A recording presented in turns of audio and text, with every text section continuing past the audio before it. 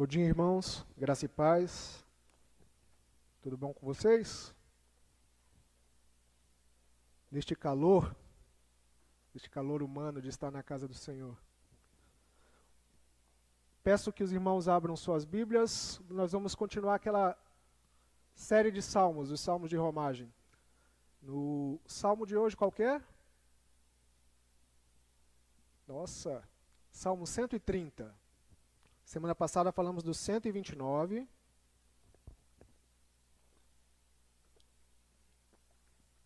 Hoje estaremos expondo o Salmo 130.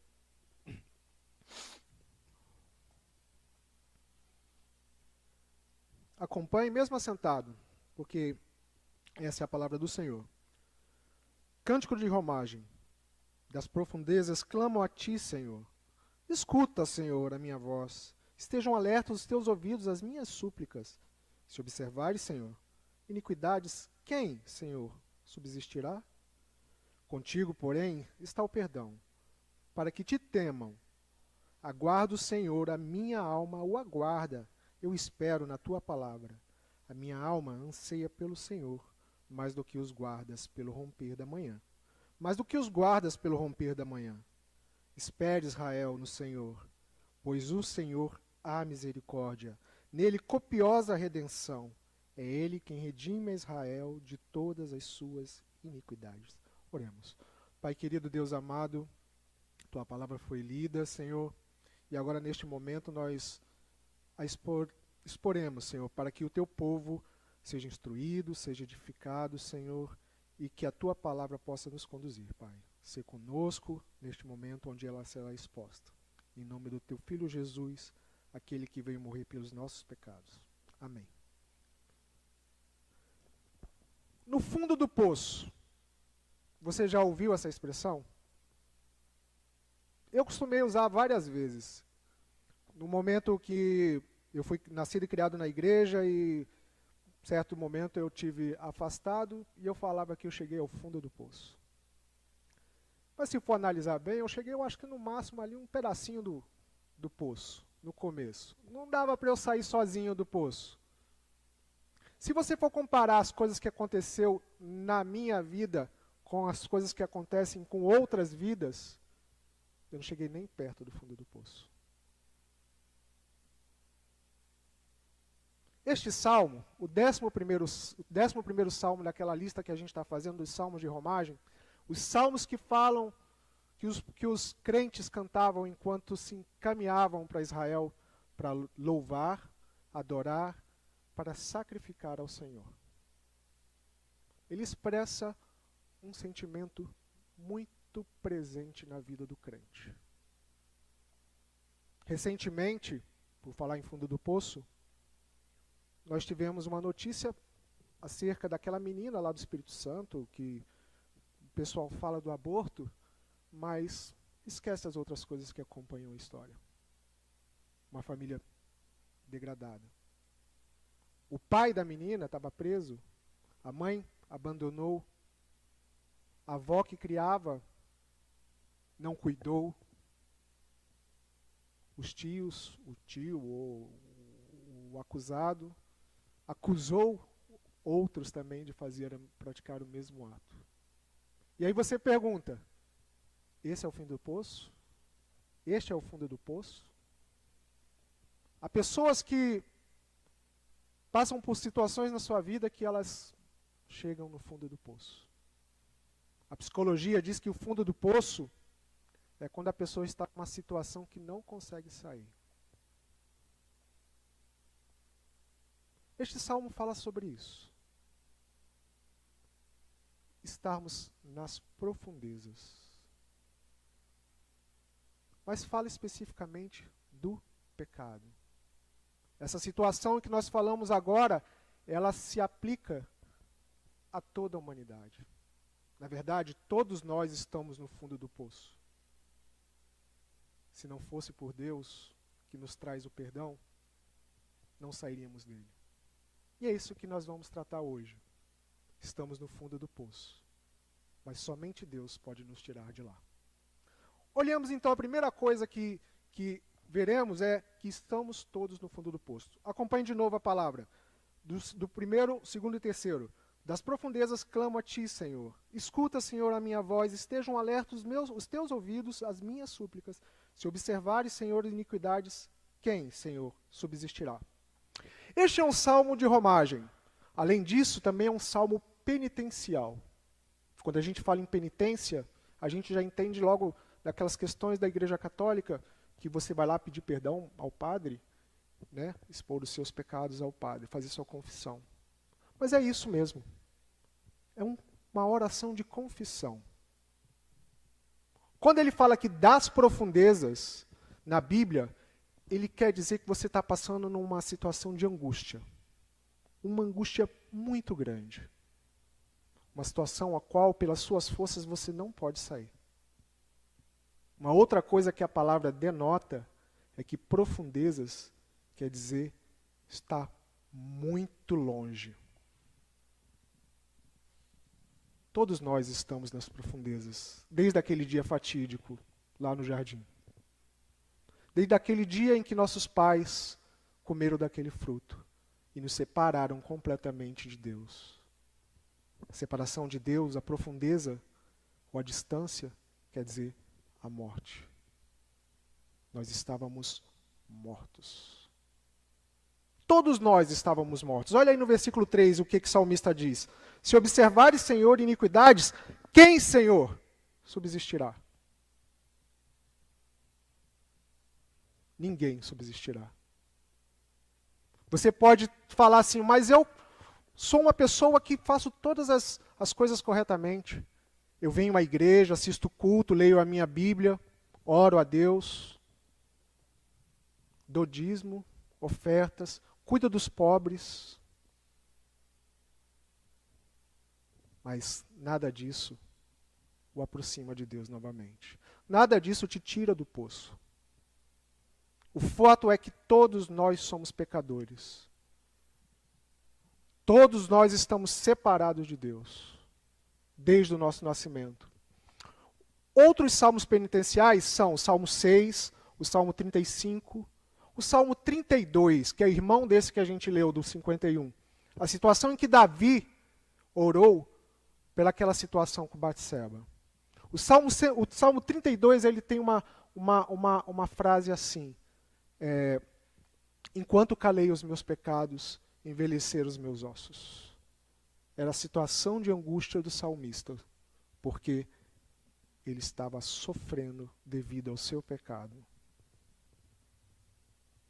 E essa situação deste salmista aqui, que a gente não sabe quem é, diferente daqueles que estão no mundo, aqueles que são escolhidos e regenerados por Cristo, e ele tem uma verdadeira conversão, ele também tem um verdadeiro arrependimento.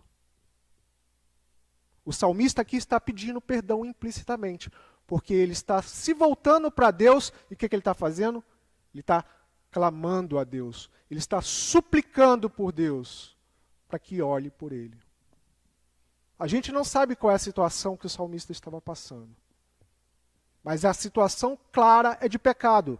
Porque aqui no Salmo está dizendo, iniquidades, no versículo 3, perdão, misericórdia, iniquidades, lá no versículo 8. Ele sempre faz esse contraponto entre iniquidades, que quer dizer pecado, e a misericórdia e o perdão de Deus. A diferença daquelas pessoas que estão no mundo fazendo qualquer tipo de ação para o crente verdadeiro, é que o crente verdadeiro tem a noção do seu pecado. Quando eu falei que estava no fundo do poço, eu podia estar lá nos piores lugares. Mas eu tinha certeza que aqueles lugares não eram os meus lugares. O Espírito Santo do Senhor, eu podia estar na pior situação. Mas ele me acusava. Isso aqui não é o teu lugar. Ou se você nunca antes teve contato com a palavra, quando você, diante do Evangelho, você é confrontado, você percebe que tudo aquilo que você fez foi deixado para trás. Mas aí você pode falar, mas eu não, como eu disse antes, né? Eu faço tudo certinho. Será que você faz tudo certinho? O salmista fala, Senhor, se for pesadas iniquidades, quem subsistirá? Ele está falando assim, ó, se for colocar todo mundo na balança, de um lado, o que eu fiz de bom, e o do lado, o que eu fiz de ruim, a balança sempre vai pender para o que eu fiz de ruim. Lá no seminário a gente faz o 4 evangelismos por ano, e do que a gente faz é um folheto, um questionário com as pessoas perguntando sobre os 10 mandamentos. E aí a gente faz a pergunta, você fez tal coisa? Você fez tal coisa? Engraçado que na primeira vez que eu saí com o reverendo Ageu, com minha dupla de evangelismo, que é o diretor do seminário, e a gente foi andando ali em Sapopemba não, São Mateus. Aí chegamos no último que nós entrevistamos, eu falei, você já matou? Aí o rapaz que a gente entrevistou falou, sim. Aí a gente assustou, né? Inclusive a reação do reverendo Ageu é que ele ia passar, nós íamos passar, tipo, você matou, ninguém vai falar que matou, né? Ele, sim. E aí ele falou assim, não, que eu sou policial. Tá, mas nesse caso você está desculpado, você estava no cumprimento da lei. Mas outras vezes, por exemplo, assim, você já matou a pessoa? Eu não. Mas você já desejou mal ao seu irmão? Ou você já pensou com uma pessoa para outra e falou assim, então, meu irmão, você matou. Não é isso que Cristo fala lá? Lá no Sermão do Monte, em Mateus? Quando ele faz uma reinterpretação da lei? A lei não só é aquela questão cegamente, é aquilo que está dentro do nosso coração, como foi cantado aqui. Foi cantado que ele conhece o lado positivo, mas ele conhece também o nosso lado negativo, é esse mesmo que conhece. Então por que nós temos que conversar com ele? Nós tivemos um momento de contrição aqui hoje cedo. Em todo culto nós temos um momento de contrição. Jesus, na oração do Pai Nosso, ele ensinou o quê? Perdoa as nossas dívidas, assim como nós perdoamos os nossos devedores.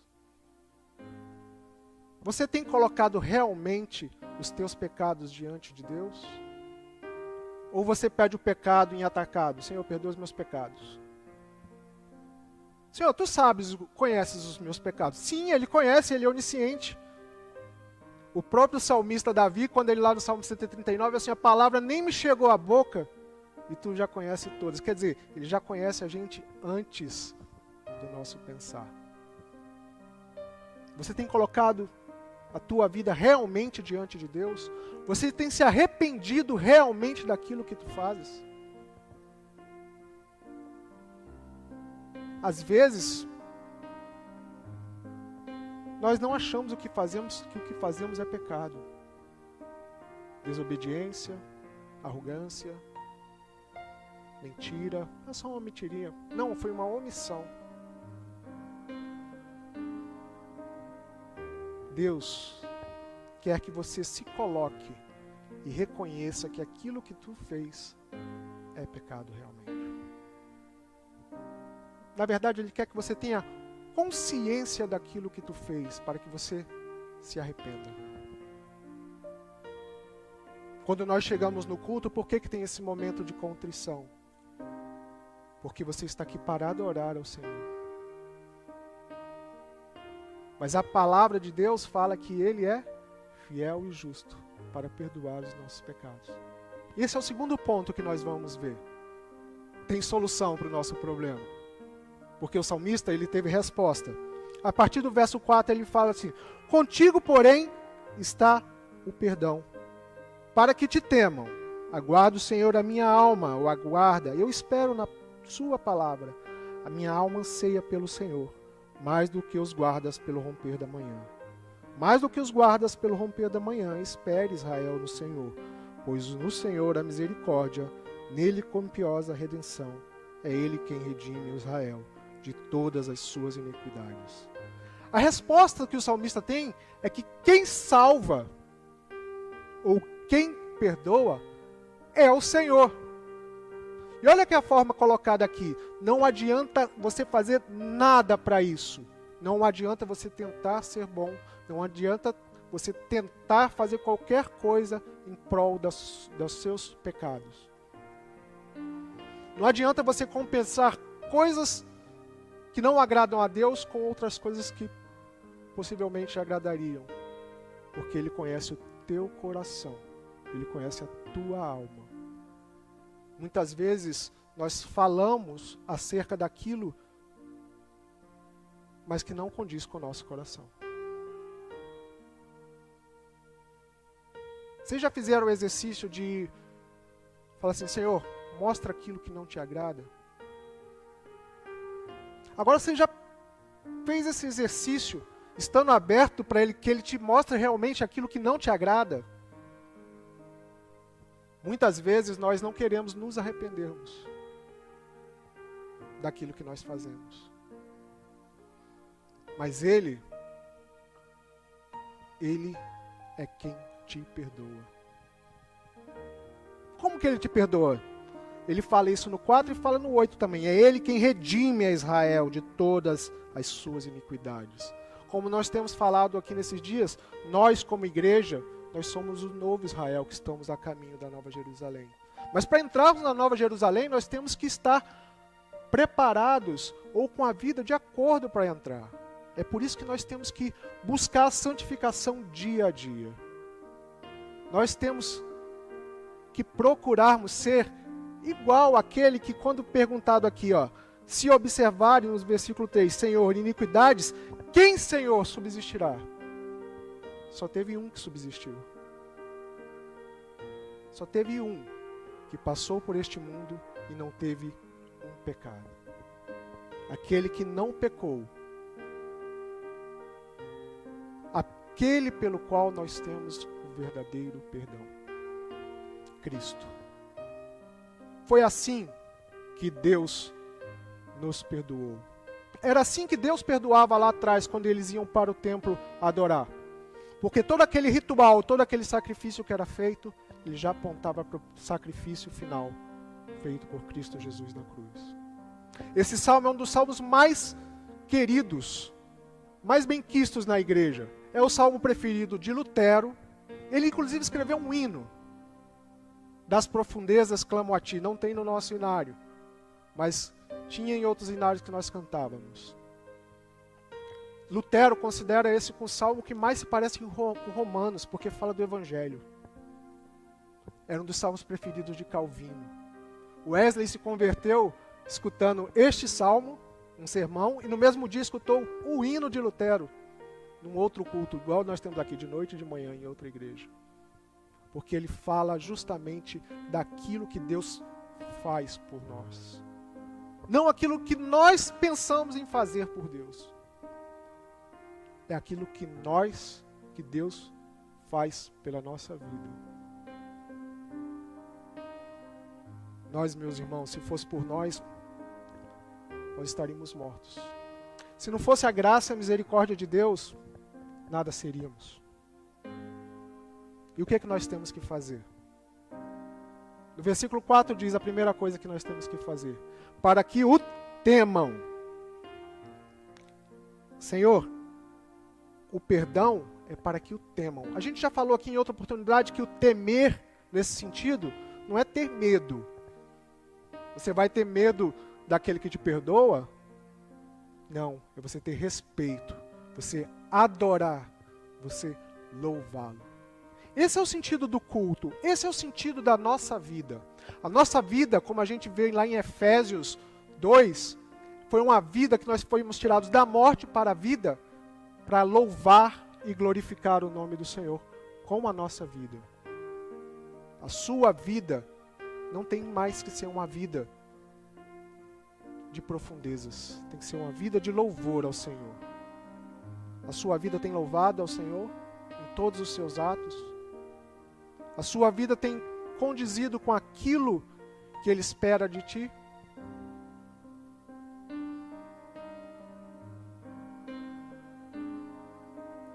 E outra coisa que nós temos que fazer, que esse salmo nos traz. Nós não pedimos que Ele nos perdoe nós temos que aguardar. Esta palavra aqui no original é um sentido de assim, ó, esperar ansiosamente. Não é ansiedade que o salmista está colocando lá na frente. Não. É ansiedade assim, olha, ele vai fazer aquilo que ele prometeu. Porque está escrito na palavra dele. Às vezes nós pedimos coisas e não esperamos acontecer. Igual confessamos automaticamente, nós pedimos automaticamente. Às vezes nós pedimos que Deus nos livre do pecado, mas nós continuamos a fazer o pecado. Muitas doenças são decorrentes, como o salmista lá no Salmo 32 falou, ansiedades, inseguranças, por causa do pecado.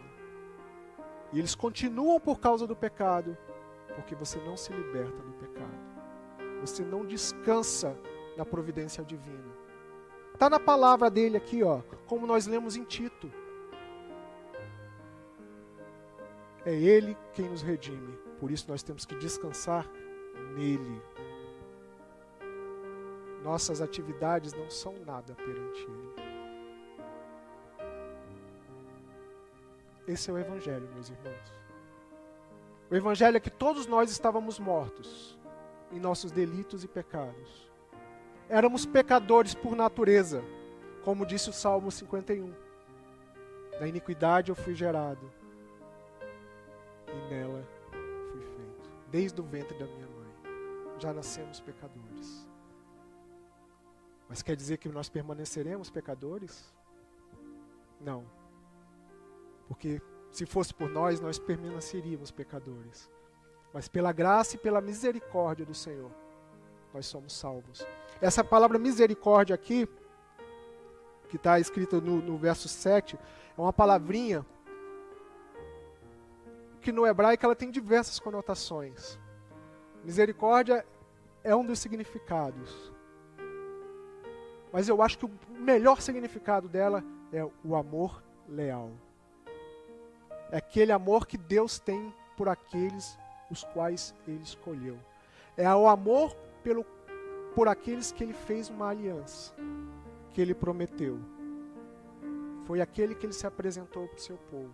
Eu sou aquele Deus misericordioso ou amoroso. Aquele que te livra de toda iniquidade. O salmista sabia disso, estava escrito lá nos livros da lei. Hoje nós sabemos porque está escrito tanto em toda a Escritura, tanto no Antigo quanto no Novo Testamento. Agora nós sabemos como que Deus salva realmente. E por isso nós podemos descansar. Descansar que os nossos pecados, quando nós verdadeiramente nos arrependemos, são lavados por Ele. Igual aquele hino fala, e nos tornamos mais alvos do que a neve. Notem que nós fomos lavados no sangue. Nós não tomamos banho. É Ele quem nos salva. Mas nós temos que, diante da ação do Espírito Santo, procurarmos viver. Tem muita gente que perdeu a alegria de estar na casa do Senhor, de louvar ao Senhor. Tem muita gente que perdeu a alegria, mas não quer dizer que perdeu a salvação. Nós temos que buscar. É uma ação do Senhor, mas também é uma ação nossa. Nós procurarmos a cada dia andarmos condizente com Ele. Meus irmãos, nós temos que ter a noção, o tamanho do amor leal que Ele teve por nós, a ponto de mandar o seu Filho morrer na cruz. Uma morte terrível, para que nós fôssemos lavados. Se você ainda não conhece Deus, e esse Deus não tem Jesus como seu perdoador de pecados, como aquele que lava a tua vida, ainda há tempo. E lembre-se que todo dia nós temos que derramar o nosso coração perante Ele, para que Ele nos lave e nos perdoe. Feche seus olhos. Nesse momento, nós já fizemos um momento de contrição hoje, mas eu vou pedir que você peça a Deus que te mostre aquilo que não agrada. Que essa seja uma oração diária, e não só uma oração por falar, mas que você verdadeiramente se arrependa daquilo que tu fazes.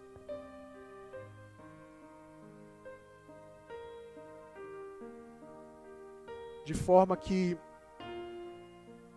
você possa ter paz, ter vida verdadeira nele. Pai querido, nós não somos nada, nós nascemos pecadores, Senhor. Nós, se dependêssemos da nossa justiça ou dos nossos atos, nós estaríamos perdidos, como diz o Salmo. Quem subsistiria? Quem existiria? Mas o teu amor, Senhor, pela tua graça, nós fomos perdoados em Cristo Jesus, ó Pai. Que nós possamos cada dia reconhecer o teu senhorio, Senhor, de forma que nós vivamos adequadamente como tu queres, Senhor, como fomos feitos, Senhor, vivendo para uma vida digna, de acordo com o teu evangelho, Senhor. Pai querido, neste momento que os teus irmãos estão com a fronte abaixada, te pedimos que nos tornemos cada vez mais parecidos com aquele, Senhor, que veio aqui e foi o único que cumpriu cabalmente a tua lei, ó Pai. É nesse sentido que te adoramos e te agradecemos por tudo, em nome daquele que veio e morreu por nós. Amém. Pastor.